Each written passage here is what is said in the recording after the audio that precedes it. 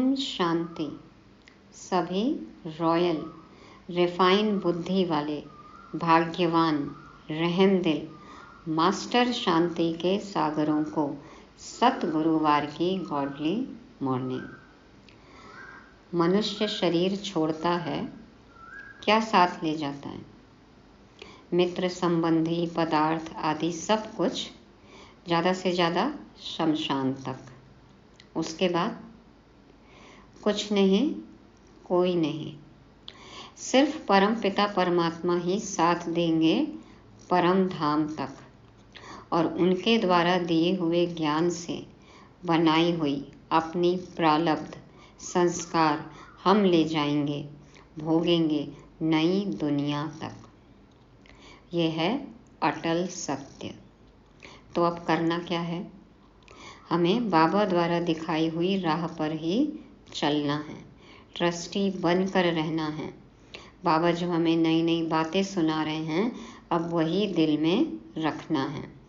अपनी भूलों की क्षमा मांगनी है, हमेशा प्रसन्नचित्त रहना है और नैनों में बाप को समा लेना है।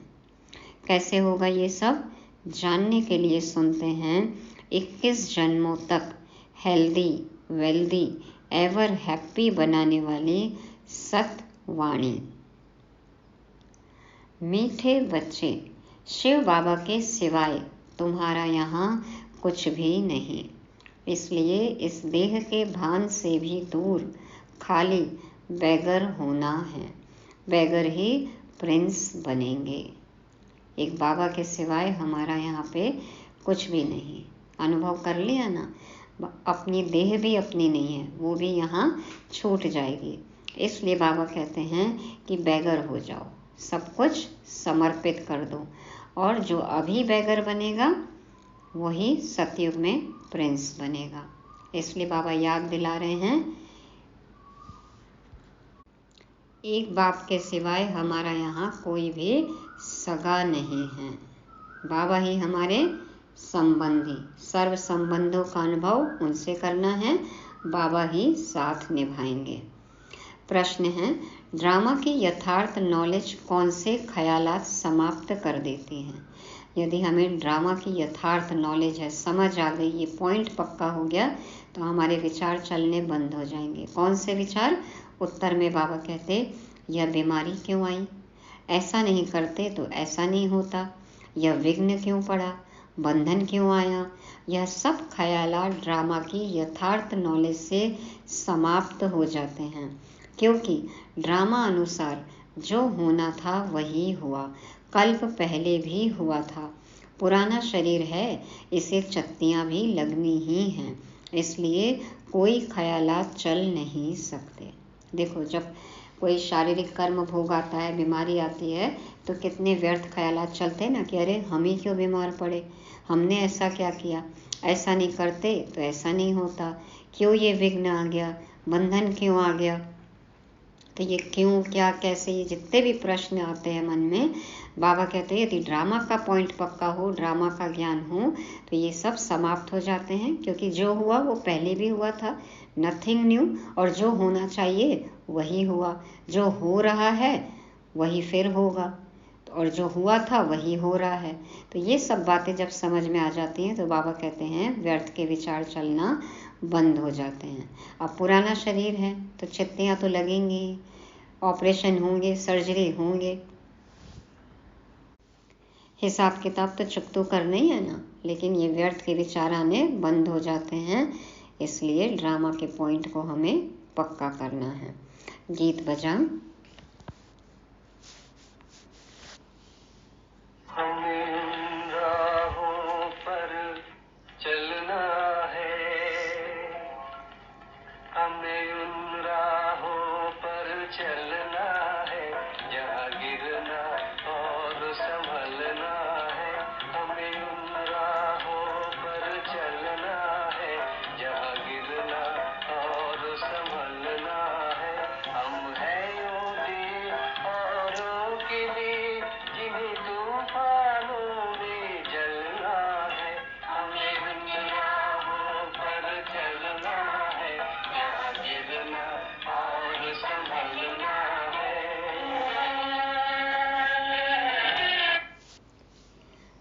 शांति, उन राहों पर चलना है।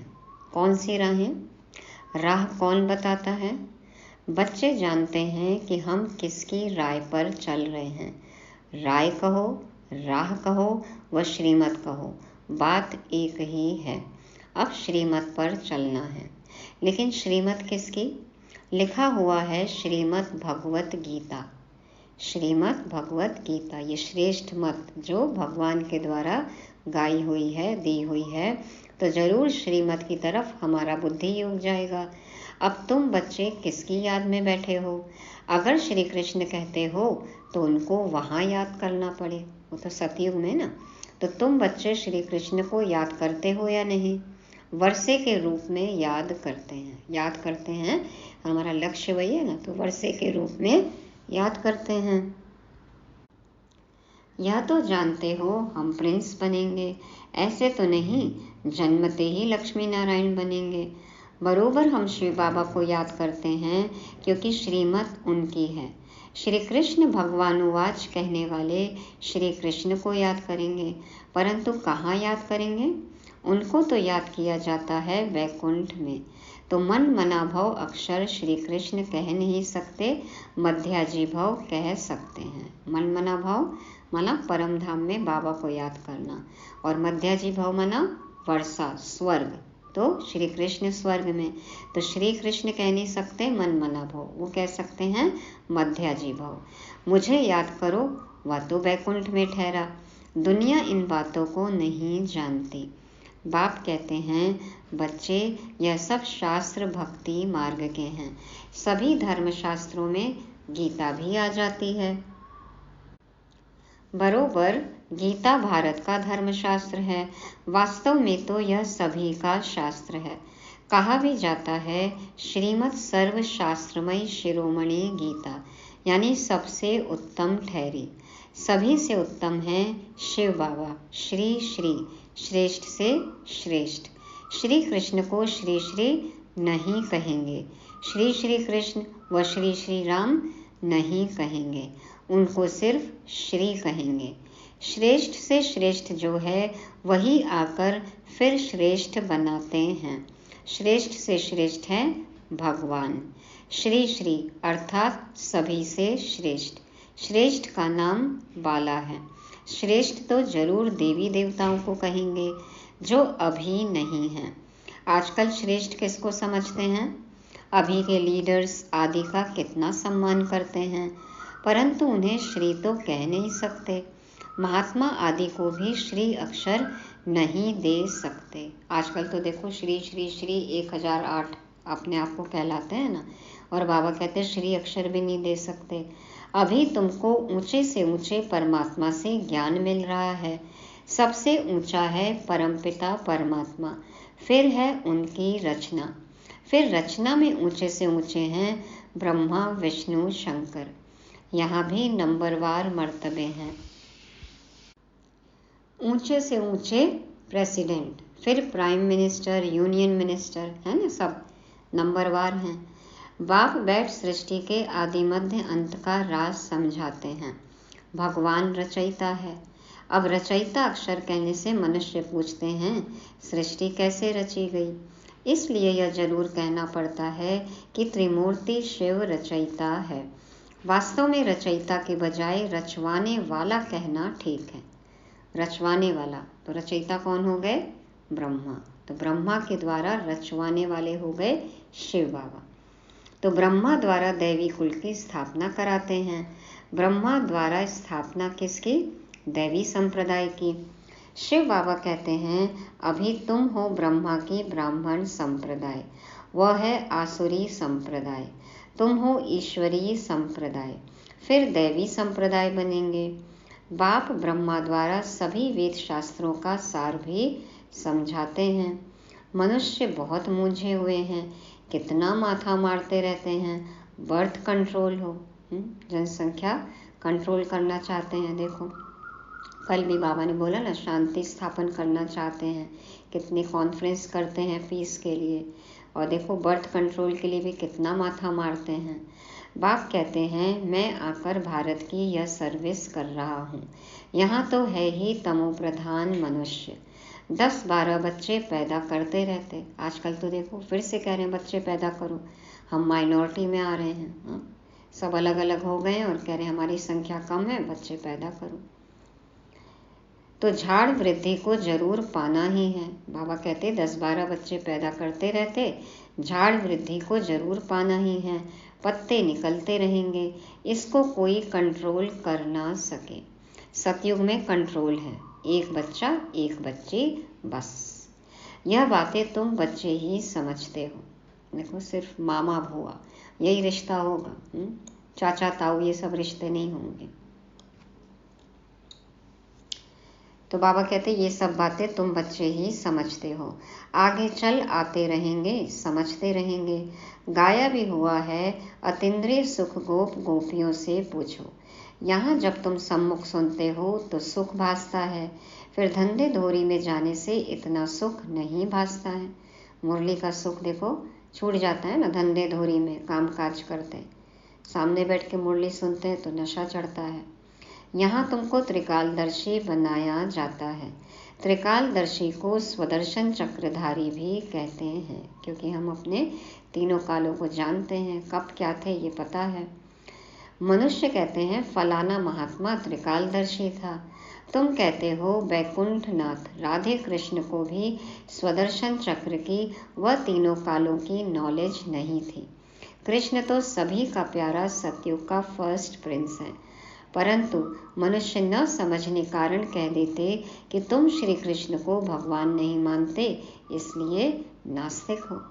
फिर विघ्न डालते हैं, अविनाशी ज्ञान यज्ञ में विघ्न पड़ते हैं, कन्याओं माताओं पर भी विघ्न आते हैं, बांधेलियाँ कितना सहन करती हैं। तो समझना चाहिए ड्रामा अनुसार हमारा पार्ट ऐसा ही है। बाबा कहते हैं घबराओ नहीं, ये सोचो कि ड्रामा अनुसार हमारा पार्ट ऐसा ही है। बाबा कहते हैं ना जितना सहन करेंगे शहंशाह बनेंगे। विघ्न पड़ गया, फिर यह ख्यालात नहीं चलना चाहिए कि ऐसे नहीं करते तो ऐसा नहीं होता, ऐसे नहीं करते तो बुखार नहीं होता। हम ऐसे नहीं कह सकते।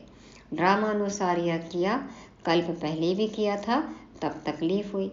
पुराने शरीर को चकतियाँ भी लगनी ही हैं, इलाज तो होगा, चीर फाड़ होगी, सिलाई होगी, अंत तक मरम्मत होती रहेगी। पुरानी मशीन हो गई तो मरम्मत तो होगी, जो पुर्जे काम नहीं कर रहे हैं वो बदले भी जाएंगे। तो क्या सोचना है। यह भी आत्मा का पुराना मकान है। आत्मा कहती है मैं भी बहुत पुरानी हूँ, कोई ताकत नहीं रही। ताकत न होने कारण कमजोर आदमी दुख भोगते हैं। माया कमजोर को बहुत दुख देगी। शक्तिशाली नहीं है आत्मा तो देखो दुखी होते हैं। हम भारतवासियों को बरोबर माया ने बहुत कमजोर किया है। हम बहुत ताकत वाले थे, फिर माया ने कमजोर बना दिया, अब फिर उन पर जीत पाते हैं, तो माया भी हमारी दुश्मन बनती है। भारत को ही जास्ती दुख मिलता है, सबसे कर्जा ले रहे हैं। भारत बिल्कुल पुराना हो गया। जो बिल्कुल साहूकार था उनको बहुत बेगर बनना है, फिर बेगर से प्रिंस। देखो अभी कर्ज ले रहे हैं, लोन ले रहे हैं और फिर से विश्व गुरु बनेंगे, फिर से बेगर से प्रिंस। बाबा कहते इस शरीर के भान से भी दूर खाली हो जाओ। तुम्हारा यहाँ कुछ है नहीं, सिवाय एक शिव बाबा, दूसरा ना कोई। तो तुमको बहुत बेगर बनना पड़े। कुछ भी नहीं है हमारा, मैं मेरा कुछ भी नहीं, सब समर्पित। युक्तियाँ भी बताते रहते हैं। जनक का मिसाल, गृहस्थ व्यवहार में रहते कमल समान रहना है, श्रीमत पर चलना है, सब सरेंडर भी कर देना है। जनक ने सब कुछ दिया, फिर उनको कहा कि अपनी मिल्कियत तुम संभालो और ट्रस्टी होकर रहो। हरिश्चंद्र का भी दृष्टांत है। सब कुछ बाबा को सौंप दो और ट्रस्टी होकर रहो। बाबा ये नहीं कहते कि यूज़ मत करो, यूज़ करो लेकिन बाबा की राय लेकर यूज़ करो, लेकिन मिसयूज़ नहीं करो। नीड तो पूरी हो सकती है लेकिन ग्रीड का तो कोई अंत ही नहीं है ना। तो बाबा कहते हैं भल यूज़ करो लेकिन उसमें आसक्ति ना हो तो भी ठीक, और नहीं हो तो फिर हलचल में नहीं आना है। हरिश्चंद्र का, राजा जनक का, ये सब दृष्टांत बाबा कहते हैं तुम्हारा ही है। सब कुछ मन बुद्धि से बाबा के आगे सरेंडर कर देना है। शिव बाबा का भंडारा, शिव बाबा की भंडारी। हम तो सेवाधारी हैं और उनसे खा रहे हैं। बाबा का जो है उसको हम संभाल रहे हैं। तो बाप समझाते हैं, बच्चे अगर तुम बीज नहीं बोएंगे तो तुम्हारा पद कम हो जाएगा। Follow father. तुम्हारे सामने यह दादा बैठा है, बिल्कुल ही शिव बाबा और शिव शक्तियों को ट्रस्टी बनाया। शिव बाबा थोड़ी बैठ संभालेंगे, यह अपने पर थोड़ी बलि चढ़ेगा। इनको माताओं पर बलि चढ़ना पड़े, माताओं को ही आगे करना है। देखो ब्रह्मा बाबा ने 8 माताओं बहनों का ट्रस्ट बनाया है ना, सब कुछ दे दिया। तो बाबा कहते हैं माताओं को ही आगे करना है। बाप आकर ज्ञान अमृत कलश माताओं को ही देते हैं कि मनुष्य को देवता बनाए, लक्ष्मी को नहीं दिया है। इस समय यह है जगत अम्बा, सतयुग में होगी लक्ष्मी। जगत अम्बा का गीत कितना अच्छा बना हुआ है, उनकी बहुत मान्यता है। वह सौभाग्य विधाता कैसे है, उनको धन कहाँ से मिलता है? क्या ब्रह्मा से, कृष्ण से? नहीं, धन फिर भी मिलता है ज्ञान सागर से। ज्ञान धन मिलता है ना। देखो माता ओ माता तो सबकी भाग्य विधाता, गीत है, महिमा है। तो बाबा कहते हैं यह बड़ी गुप्त बातें हैं ना। भगवान वाच है सबके लिए, भगवान तो सबका है ना। सब धर्म वालों को कहते हैं मामेकम याद करो। भल शिव के पुजारी भी बहुत हैं, परंतु जानते कुछ भी नहीं। वह हुई भक्ति। देवों का देव महादेव कहते हैं ना। देखो बम बम भोले, तो शिव को याद तो सब करते हैं, पूजा करते हैं, लेकिन यथार्थ जानते नहीं हैं। बाबा कहते पुजारी बहुत हैं, लेकिन यथार्थ नॉलेज नहीं है, तो भक्ति हुई। अब तुमको ज्ञान कौन देते हैं? Most beloved father. Shri Krishna को ऐसे नहीं कहेंगे, उनको सतयुग का प्रिंस कहेंगे। भल श्री कृष्ण की पूजा करते हैं, परंतु यह ख्याल नहीं करते कि वह सतयुग का प्रिंस कैसे बना। आगे हम भी नहीं जानते थे, ब्रह्मा बाबा को भी नहीं पता था। तुम बच्चे अब जानते हो, बरोबर हम फिर से प्रिंस प्रिंसेस बनेंगे। तब तो फिर बड़े होकर लक्ष्मी नारायण को वरेंगे ना, तब उस पद पर पहुंचेंगे। यह नॉलेज है ही भविष्य के लिए, इसका फल 21 जन्म के लिए मिलता है। कृष्ण के लिए नहीं कहेंगे कि वह वर्षा देते हैं, वर्षा बाप से मिलता है। शिव बाबा राजयोग सिखलाते हैं। ब्रह्मा के मुख से हजारों ब्राह्मण निकलते हैं, उन्हों को ही यह शिक्षा मिलती है। सिर्फ तुम ब्राह्मण हो कल्प के संगम युग के, बाकी सारी सृष्टि है कलयुग की। बाबा कहते हैं सिर्फ तुम ब्राह्मण हो कल्प के संगम युग के, बाकी सारी सृष्टि है कलयुग की। देखो कलयुग मानते हैं ना भक्ति में कि अभी तो 40,000 साल पड़ा है, हम तो संगम युग में हैं। वह सब कहेंगे अब हम कलयुग में हैं, तुम कहेंगे हम संगम पर हैं। यह बातें कहीं है नहीं, यह नई नई बातें दिल में रखनी है। हाँ? वो 4 युग बताते हैं, हम कहते हैं 5 युग, हमारे लिए संगम युग भी है। तो सब नई बातें, नया ज्ञान। मुख्य बात है बाप और वर्षे को याद करना। अगर पवित्र नहीं रहेंगे तो योग कभी नहीं लगेगा। लॉ नहीं कहता, इसलिए इतना पद भी नहीं पा सकेंगे। तो पवित्रता, संपूर्ण पवित्रता, यज्ञ में एक पुस्तक है संपूर्ण पवित्रता, तो वो पढ़ना है ना। तन मन धन दृष्टि वृत्ति संबंध संपर्क सब पवित्र हो, संपूर्ण पवित्र। सिर्फ ब्रह्मचारी नहीं, ब्रह्माचारी। तो बाबा कहते हैं कि पवित्र नहीं रहेंगे तो योग नहीं लगेगा। अब योग ही नहीं लगेगा तो स्वर्ग में कैसे जाएंगे? थोड़ा योग लगाने से भी स्वर्ग में तो जाएंगे, चलो पहुंच जाएंगे, लेकिन उच्च पद तो नहीं मिलेगा ना। बाप कहते हैं अगर पवित्र नहीं बनेंगे तो मेरे पास आ नहीं सकेंगे। भल घर बैठे भी स्वर्ग में आ सकते हैं, अच्छा पद पा सकते हैं, परंतु तब जबकि योग में रहे, पवित्र रहे, पवित्रता की धारणा हो। देखो तभी बाबा मिलन में जा सकते हैं। ठीक है, अभी घर में ही रहेंगे, मान लो कोई मधुबन तक नहीं भी पहुंचते हैं, बाबा मिलन नहीं भी कर पाते हैं, कोई बांधेली है, लेकिन योग में रहेंगे, पवित्र रहेंगे, तब तो उच्च पद मिलेगा ना। तो पवित्रता बिगर योग लगेगा नहीं। माया लगाने नहीं देगी। सच्चे दिल पर साहेब राजी होगा।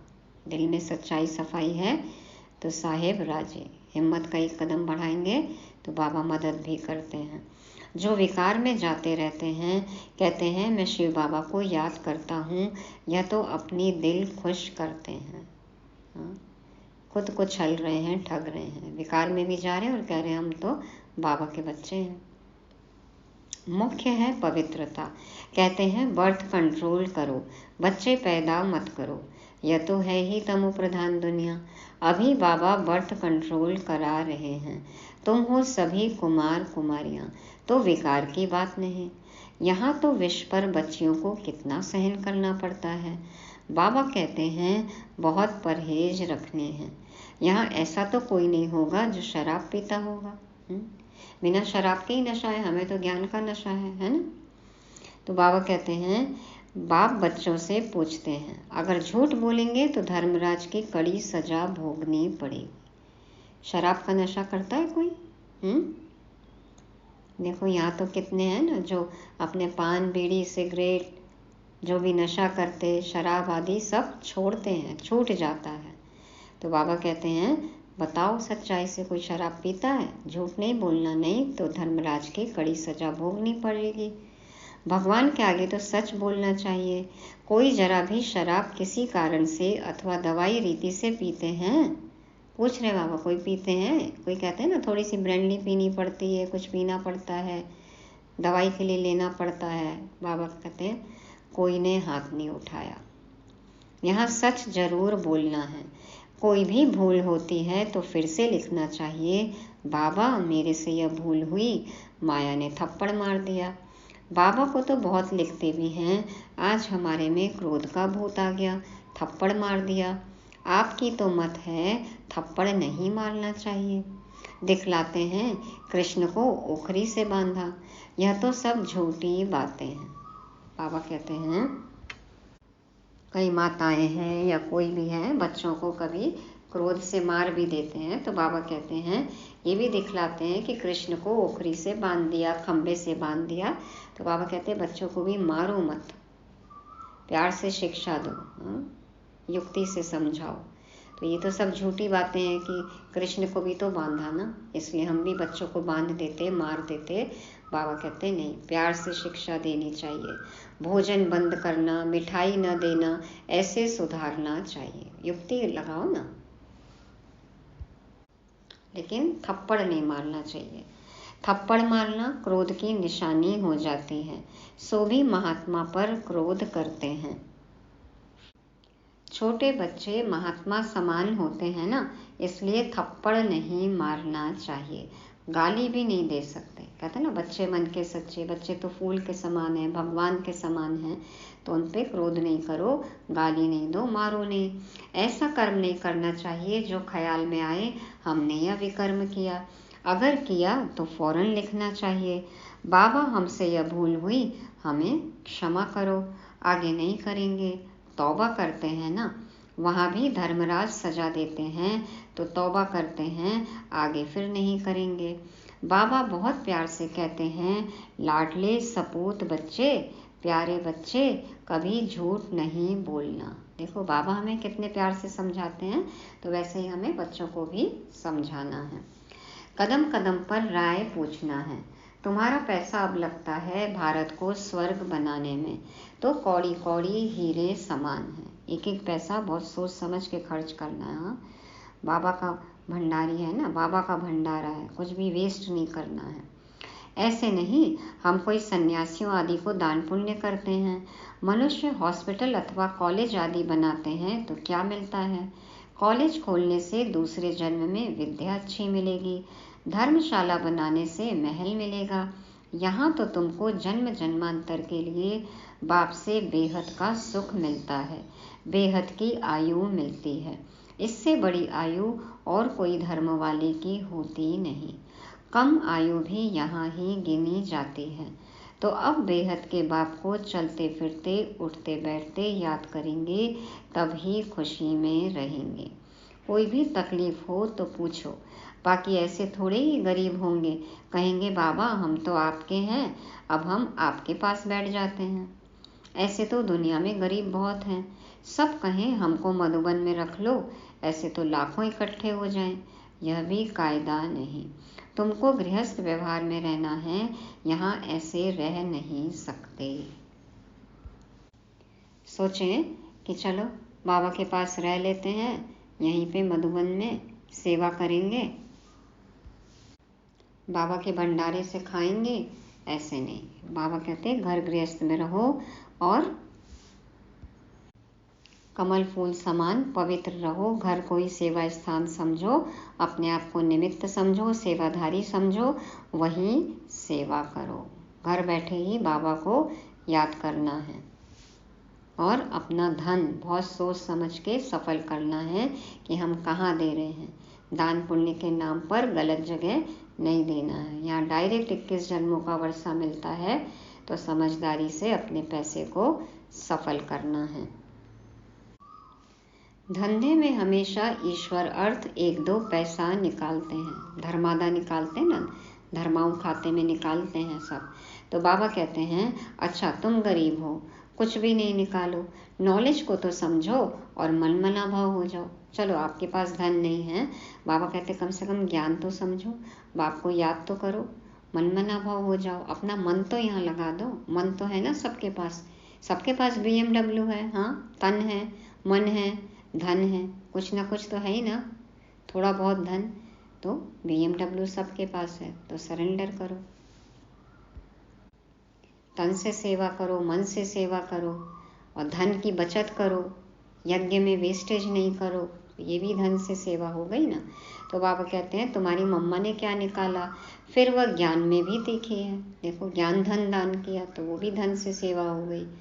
तन मन से सेवा कर रही है। 16 साल की कुंवारी कन्या कोई स्थूल धन तो लेकर आई नहीं, लेकिन देखो यज्ञ में कितनी बचत की, सबको शिक्षा दी, ज्ञान धन दान किया, तो ज्ञान में देखी गई। तन मन से सेवा कर रही है, इसमें पैसे की बात नहीं। बहुत बहुत करके 1 रुपया दे देना, तुम्हें साहूकार जितना मिल जाएगा। बाबा को पैसे नहीं चाहिए, लेकिन हम जब तक देंगे नहीं, करेंगे नहीं, उसका रिटर्न नहीं मिलेगा ना। इसलिए बाबा कहते हैं 1-1 रुपया निकाल लो, जितना भी है वो तो निकालो, तो साहूकार जितना मिल जाएगा। बाबा तो पदम गुना देते हैं ना। पहले अपने गृहस्थ व्यवहार की संभाल करनी है, बच्चे दुखी न हो। आपके घर में लौकिक में जो भी जिम्मेवारी है वो सब पूरी करो, संभालो सबको, लेकिन कुछ पैसा जरूर सफल करना है ताकि हमारा भाग्य बने। बाबा कहते हैं ना हमेशा कुछ अपने आईवेल के लिए रखो, कुछ अपने परिवार वालों के लिए जो जिम्मेवारी है वो रखो, कुछ वर्तमान का खर्चा है उसमें करो और कुछ सफल करो। तो इस तरह से विभाजित कर सकते हैं, जिसकी जो भी रिक्वायरमेंट है उस हिसाब से सफल जरूर करना है, रखना है, मैनेज करना है और सही जगह इन्वेस्ट करना है, डायरेक्ट इंश्योर करना है, जिंदगी के साथ भी और जिंदगी के बाद भी। ऐसा रिटर्न पॉलिसी कहीं नहीं है ना, ना ऐसा इंटरेस्ट मिलेगा, इतना ब्याज भी नहीं मिलेगा, पदम गुना। तो सोच समझ के इन्वेस्टमेंट करनी है। अच्छा, मीठे मीठे सिकिलदे बच्चों प्रति माता पिता बाप दादा का याद प्यार और गुड मॉर्निंग, वंदे मातरम, सलाम मालिकम। देखो मालिक हमें सलाम करते हैं, बाबा मालिकों को सलाम करते हैं। बाबा कहते हैं ना तुम सब मालिक हो, तो जय जय जय हो तेरी। वाह, बाबा कहते हैं आज जय जय जय हो तेरी, बच्चों की जय कर रहे हैं। देखो ओम शांति। हम रूहानी बच्चों का रूहानी बाप दादा को याद प्यार, गुड मॉर्निंग और नमस्ते, सलाम, जय, शुक्रिया बाबा, शुक्रिया। धारणा के लिए मुख्य सार, पहला पॉइंट, ऐसा कोई कर्म नहीं करना है जिसके पीछे ख्याल चले तौबा तौबा करना पड़े, माना पश्चाताप करना पड़े, हाय तौबा करना पड़े। झूठ नहीं बोलना है, सच्चे बाप से सच्चा रहना है। दूसरा, भारत को स्वर्ग बनाने में अपनी एक एक कौड़ी सफल करनी है। ब्रह्मा बाप समान सरेंडर हो, ट्रस्टी बनकर रहना है। वरदान है, हर आत्मा के संबंध संपर्क में आते सब प्रश्नों से पार रहने वाले सदा प्रसन्नचित्त भव। हर आत्मा के संबंध संपर्क में आते सब प्रश्नों से पार रहने वाले सदा प्रसन्नचित्त भव।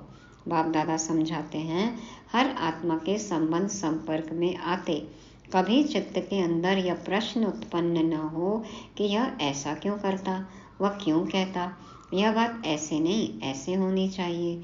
जो इन प्रश्नों से पार रहते हैं वही सदा प्रसन्नचित्त रहते हैं।